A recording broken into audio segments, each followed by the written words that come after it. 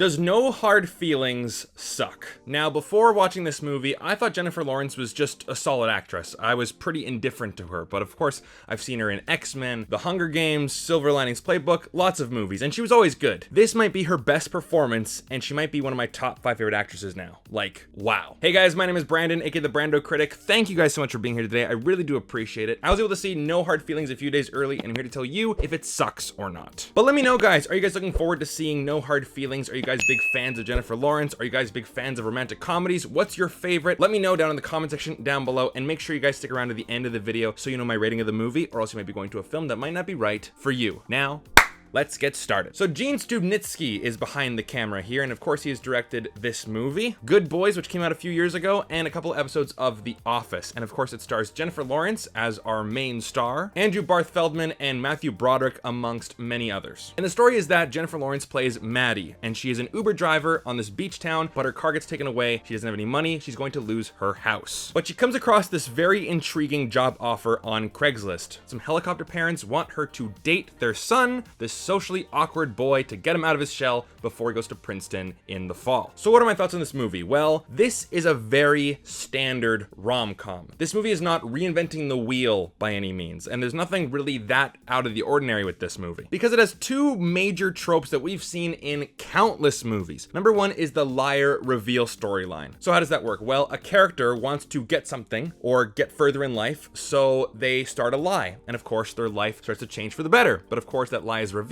all hell breaks loose. We've seen this in thousands of movies. Chicken Run, Bug's Life, How to Train Your Dragon, Aladdin, even the Tigger movie. I'm realizing that these are all animated movies. We'll throw in Shark Tale for good measures, but I mean, Star Wars The Force Awakens, kinda. Galaxy Quest. This storyline has been used to death in tons of movies, and of course, that's the storyline right here as well. And it also has the trope of the popular girl turning the boy into a man. We've seen this in Weird Science. We've seen this in The Girl Next Door. We've seen this in I Love You, Beth Cooper. And yes, we have seen the nerdy guy get the hot girl before. We've seen Transformers, we've seen Spider-Man, we've seen Back to the Future. But in this trope, it's where the girl's mission is to make something out of the guy. Can't Buy Me Love is another great example. Now, through having this channel for as long as I've had it, there's a couple mottos or sayings that I have for myself. Tell me a story that I've seen before, that's okay. Just tell it well and with a fresh coat of paint. Again, there's only so many stories you can tell, but this movie tells it well with a nice fresh coat of paint. Like, at the core of this movie, the premise is ridiculous. You have some parents posting some ads on Craigslist to get some older woman to sleep with their son. Now, I read some reviews for this movie already, and many of them were very weirded out at the very concept of this movie. Pay an older woman to date your socially awkward son and have sex with him, right? I will admit, it's pretty ridiculous. And I've seen reviews and heard terms like offensive, triggering,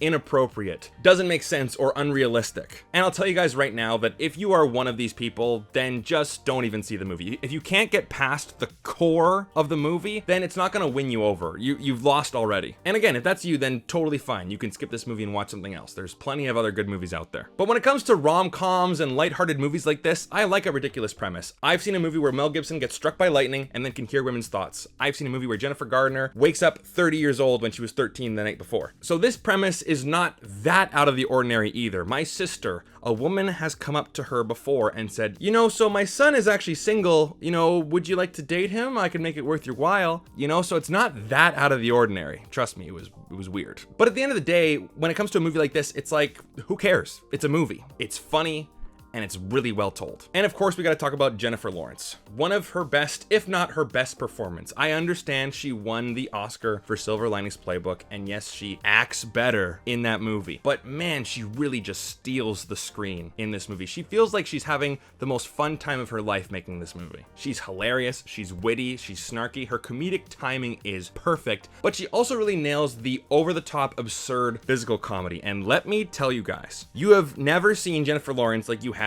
in this movie. That's all I'll say. You know the scene I'm talking about when you see this movie, and please don't spoil it for people in the comments. You guys have to see it to believe it. Like, I'm going, oh my god, she's really going for it. She really commits to this role. But what I liked about her character is that you do see some humanity, some softness underneath that rough exterior. And of course, Andrew Feldman's character, Percy, really brings that out. And he's really great in the movie too. Of course, he's shy, he's awkward, he's hilarious, but he does play that, you know, I don't really know what I'm doing, I'm not really good with girls, girls, I'm still a virgin. Not to the level of like Dear Evan Hansen, where it's just so unbelievable. Like the guy is so old and yet he's so awkward. It's like, how in the world will anyone, you know, fall in love with you? I'm sorry to say, but like you can understand that someone would be able to bring some confidence out of him and actually start to like him and start to form a bond. And Jennifer Lawrence and Andrew Feldman, you do understand that there is a bond there. It's not completely unrealistic that yes, this older woman would start to gain a connection with this younger boy. And when I say boy, he's an adult, it's legal, right? Again, some people can really not get past that. So I'll admit, if that's not for you, then this movie's not for you, simply put. But that's just it. This movie is about connection, and you believe the connection that these two characters are having. And we like these characters. We want the best for them. We want them to succeed. And the adventures that they go on together, it's a laugh a minute riot. I'll admit that at the beginning, I wasn't laughing at all of the jokes, even though the entire theater was. But within 5 minutes, I'm laughing at every other joke, just like everybody else. I don't know if I just saw them in the trailer, or I thought, okay, here's the part where, of course, she's trying to flirt with him, she's trying to seduce him, but of course, he's like, what's going on? Why is this like hot older woman trying to flirt with me at a dog kennel? But of course, the movie starts to get going, and the bond starts to form, and more wacky hijinks ensue, and it's very, very funny. I was laughing out loud throughout the entire thing, except for that first 5 minutes. But again, that's just me. Now, of course, it's not a perfect movie. There's some very obvious symbolism here. There's a couple references to the Hall & Oates song, Maneater. I mean, you know, if you listen to that song, you can kind of guess where this movie's going. And of course, there is one of those like thumb traps, or like those things you get at carnivals. And of course, it's like, well, how do you get out of it? You got to push in to get out, right? Like it's very on the nose. But the question is, does this movie suck? No, it doesn't. It's nothing new, but that's okay. It's told well. We like the characters. It's funny. I got emotional a couple times. I'm like, you know what? This movie is just really sweet. The heart is in the right place. I'm giving this movie a 4 out of 5. This is an excellent choice